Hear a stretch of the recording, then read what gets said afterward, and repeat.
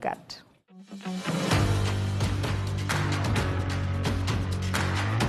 Baasan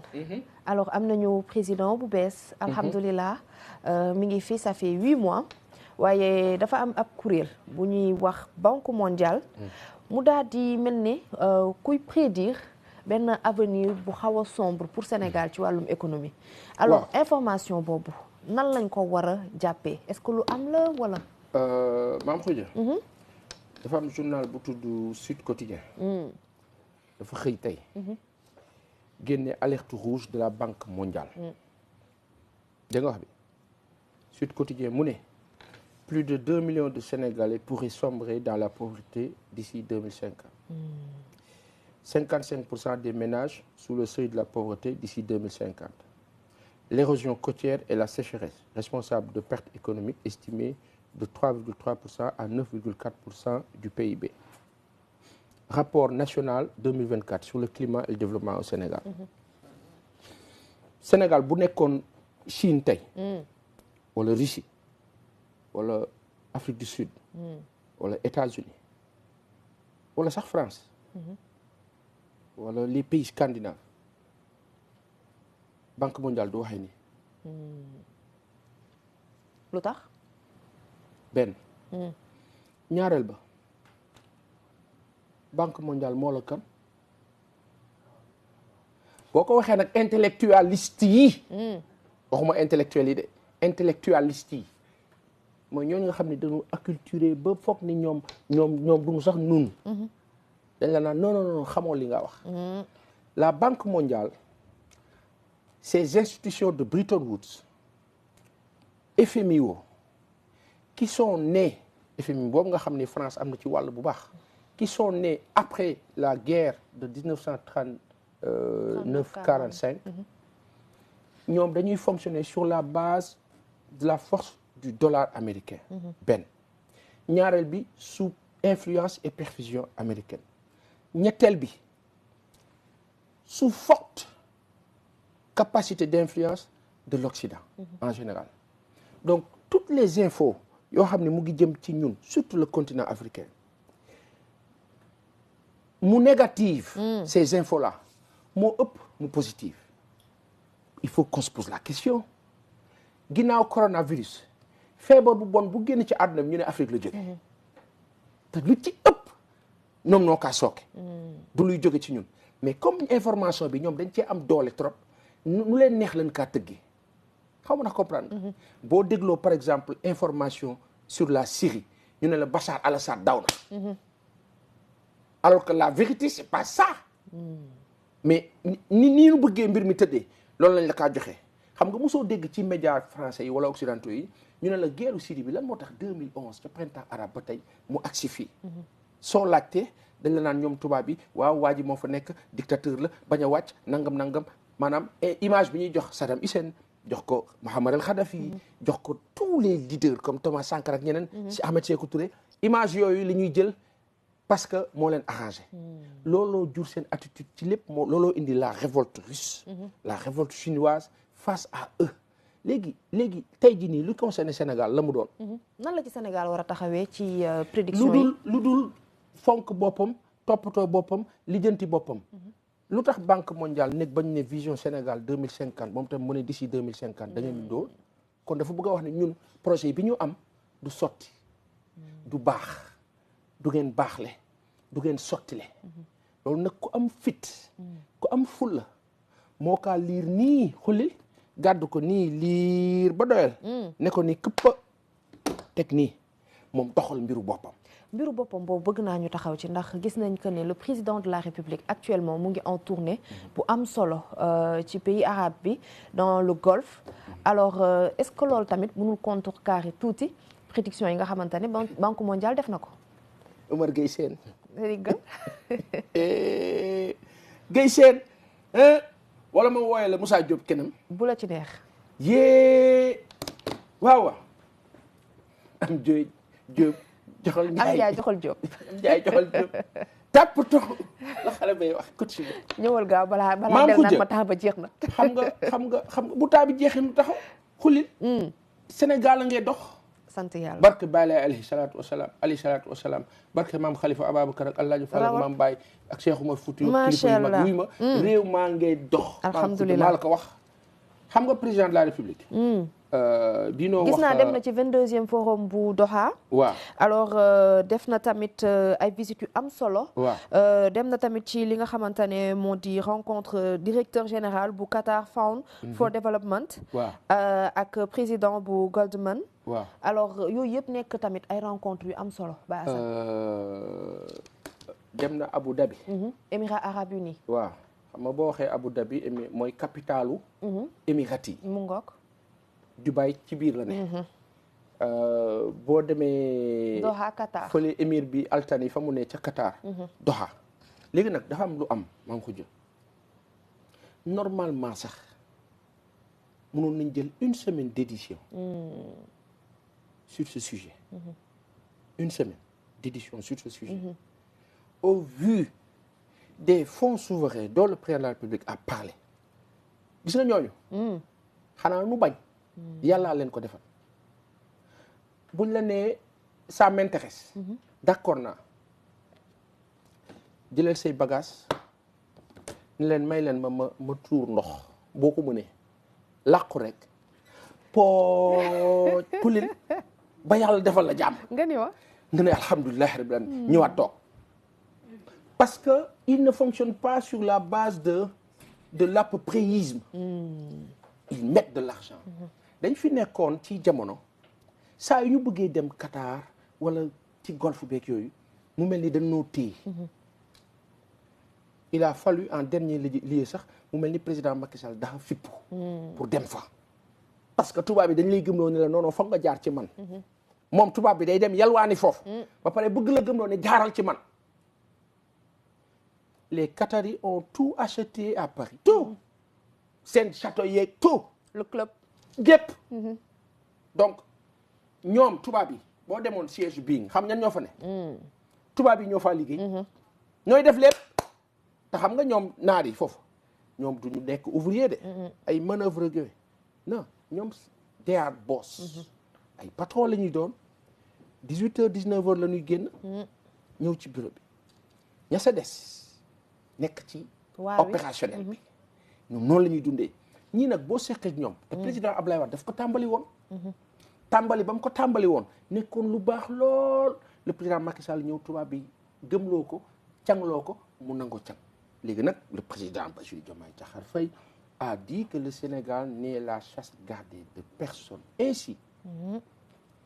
rencontré na ay hommes d'affaires gis na ay investisseurs promettre na leen sax organiser forum de l'investissement ici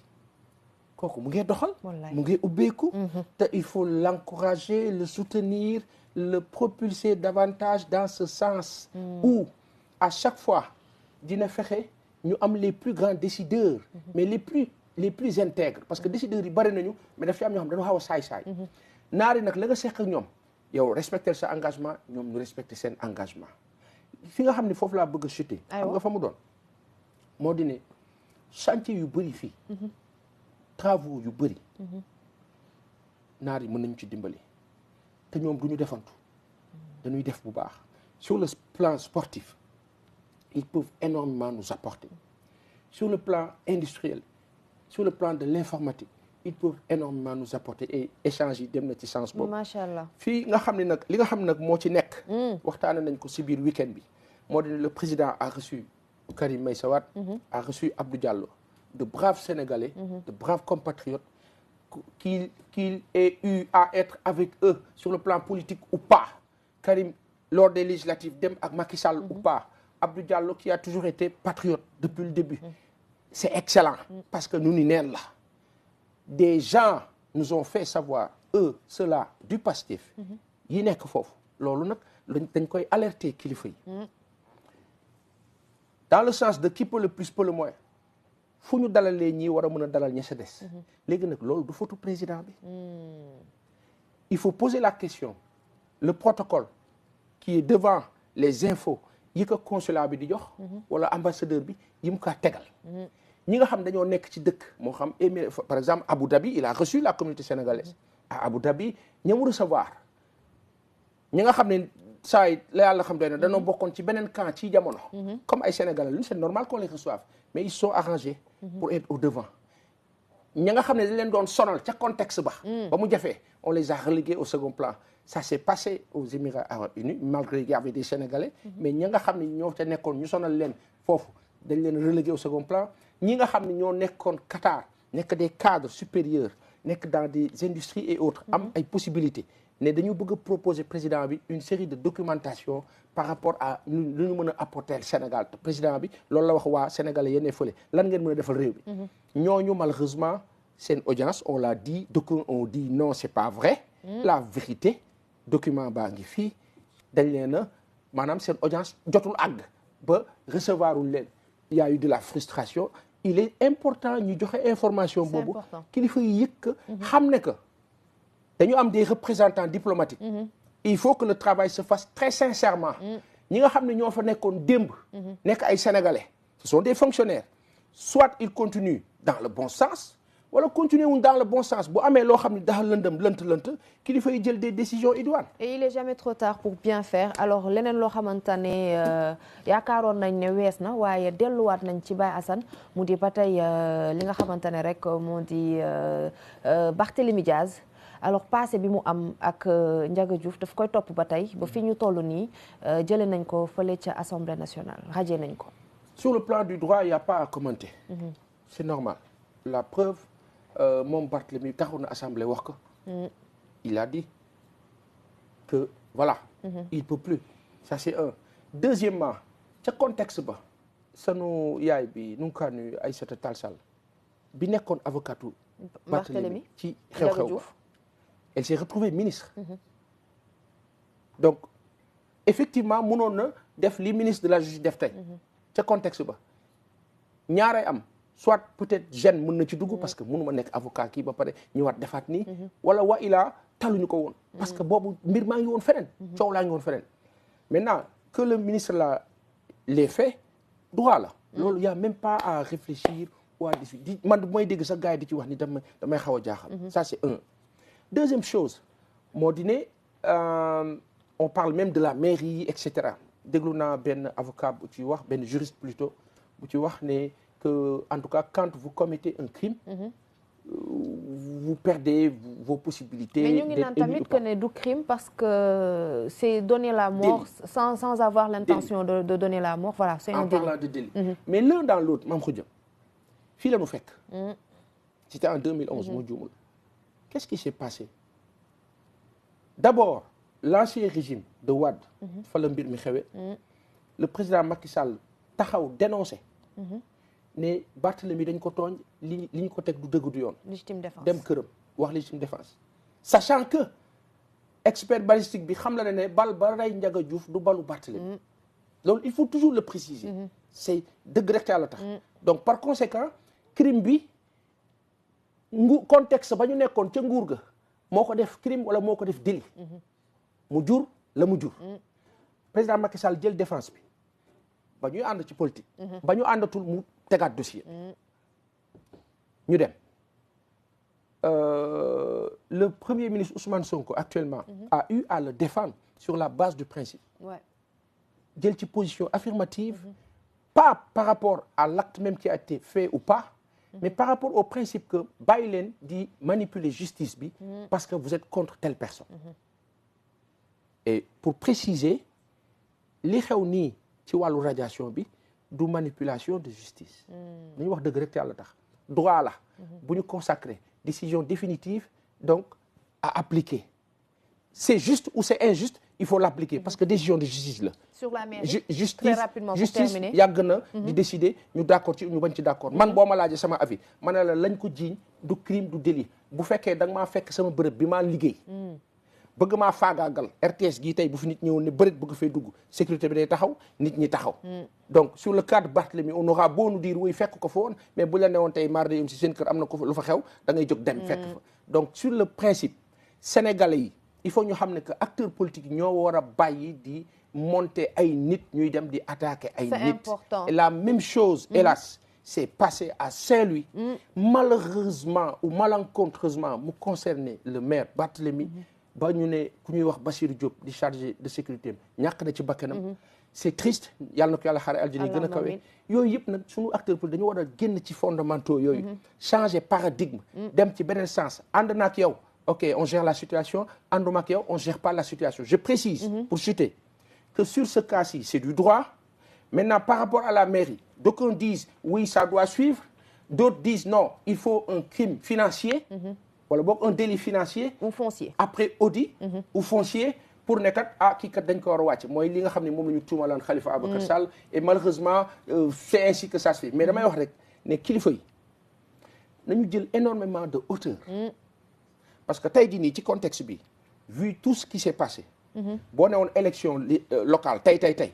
leer na ma ni Barthélémy day ñàkk élection yi boo ko waxoon suba baal ma boo ko waxoon suba leer na ma ni da koy ñàkk boo ko waxoon ginnaaw suba leer na ma da koy ñàkk donc ci li nu mel waaw jarul ñuy ñaawoo fenn jaru ko donc leneen loo xamante ne nag ñun faaw ñu def ko ndax